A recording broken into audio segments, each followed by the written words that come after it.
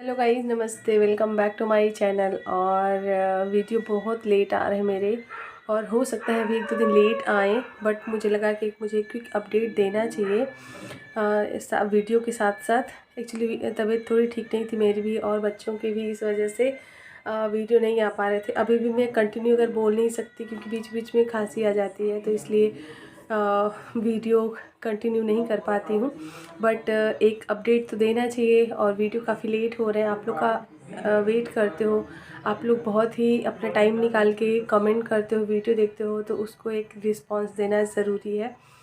और जैसे बहुत सारे कमेंट आते हैं, उनमें से एक बहुत कॉमन कमेंट ये आता है, हर कोई जानना चाहता है कि अगर हम जो काम करने जा रहे हैं उसमें किस पोस्ट की सैलरी ज़्यादा होती है, तो हमें किस में ज़्यादा अप्लाई करना चाहिए।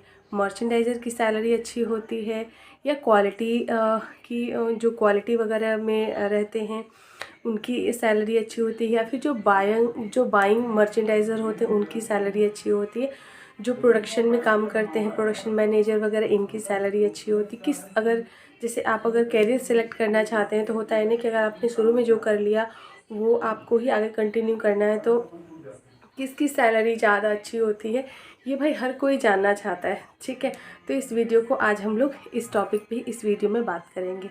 देखिए, रही बात मर्चेंट की, जो हम एक्सपोर्ट, जो हमारे गारमेंट इंडस्ट्री में जो मर्चेंडाइज़र होते हैं उनकी सैलरी किसी भी पोस्ट से कम नहीं होती, उनकी सैलरी बहुत अच्छी होती है। लेकिन ये डिपेंड करता है उनके काम के ऊपर, उनके नॉलेज के ऊपर। आप कितने सीनियर हो, आपका काम कितना अच्छा है, आप कितने कैपेबल हो, अपना आपके अंदर क्वालिटी क्या है, आपके अंदर लीडरशिप क्वालिटी है, अपने काम को खुद हैंडल कर लेते हैं, या डिपेंडेंट रहते हैं अपने ऑनर, अपने बॉस के ऊपर, कि पता चले आधा काम, हर चीज़ आप छोटी छोटी चीज़ भी अपने से खुद से हैंडल नहीं कर पा रहे हो, तो फिर आपकी सैलरी एक एवरेज बन के रह जाती है। आप 30, 35, 40, 50 में घूमते रह जाते हो, भले कितना टाइम हो गया।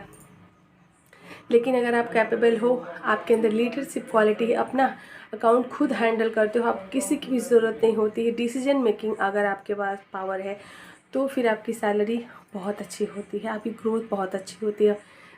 जूनियर मर्चेंट से सीनियर मर्चेंट बन जाएंगे, सीनियर मर्चेंट से कब मर्चेंट मैनेजर बन जाएंगे पता ही नहीं चलेगा। और सैलरी की तो बात ही नहीं है, 1 लाख 2 लाख आपकी सैलरी हो जाएगी।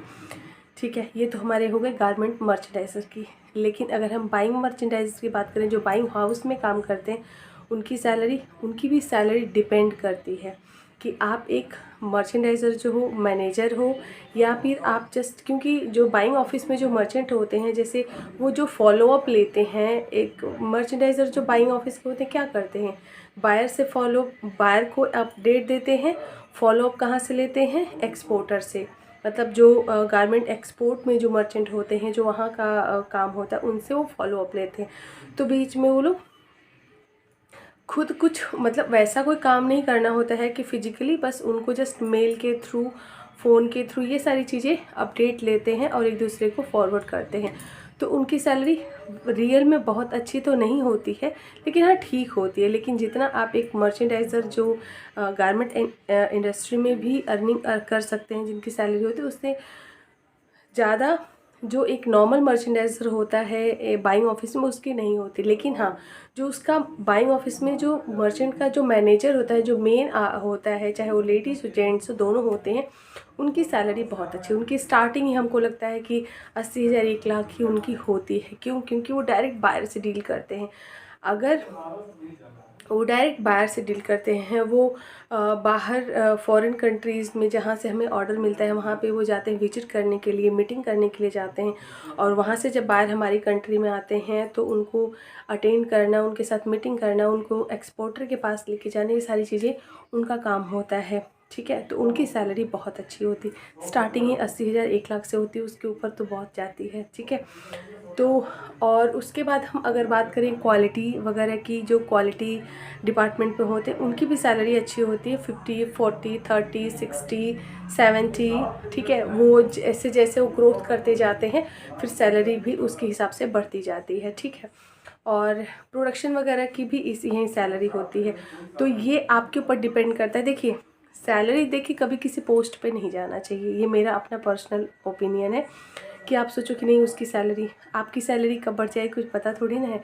आप अपना एबिलिटी समझो कि आपको किस फील्ड में ज़्यादा मज़ा आता है, क्योंकि हमें अपनी एबिलिटी पता होगा, हमें पता होगा ना हमें ये काम बहुत अच्छा लगता है ना, तो फिर इस काम में ग्रोथ भी होती है, इंजॉय भी करते हैं काम से हम कभी सफ़र नहीं करते, काम से थकते नहीं हैं। तो अगर मेरा सजेशन मानोगे तो आप ये सेलेक्ट करने के बजाय कि यार किस सैलरी किस में होती है, किस में ज़्यादा होती है, किस में ज़्यादा ग्रोथ है, वो वाला फील्ड सेलेक्ट करूँ, इसके बजाय आप ये पहचानो अपने अंदर कि आपको कौन सा काम ज़्यादा, आपको प्रोडक्शन वगैरह में स्टिचिंग वगैरह में अगर डील करना है लेबरों के साथ, कारीगर के साथ, कर सकते हैं, बिल्कुल कर सकते हैं। अगर आपको पैटर्न मास्टर बनना है, पैटर्न मास्टर भी एक कारीगर वगैरह कटिंग वगैरह को, पैटर्न को, ये सारी चीज़ें टैकल करते हैं, अगर आप कर सकते हो तो बिल्कुल करो।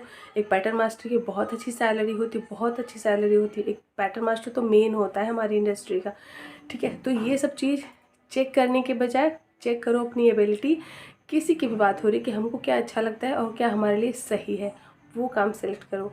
ग्रोथ और सैलरी अपने आप बढ़ती जाती है, काम, क्योंकि हमें काम भी पसंद है, हमें काम आता है, तो फिर ग्रोथ तो उसके हिसाब से बढ़ती ही जाती है, ठीक है। आई होप अगर किसी को ऐसा डाउट होगा तो उसका क्लियर हो गया होगा। और मिलती हूँ आपसे अगले वीडियो में, और वो भी एक रिक्वेस्टेड वीडियो ही आएगा अगला भी, क्योंकि आपके लोग के बहुत सारे कमेंट मैंने पढ़े हुए हैं और देखा है, सबके हर एक कमेंट के ऊपर जो टॉपिक, जो मेन टॉपिक होगा उसको कवर करूँगी मैं अपने चैनल पे। और लेकिन चैनल पे नए हो तो यार सब्सक्राइब कर देना, जल्दी जल्दी से मेरे वीडियो के सब्सक्राइबर कंप्लीट कराओ, ठीक है। और बस, thank you so much friends.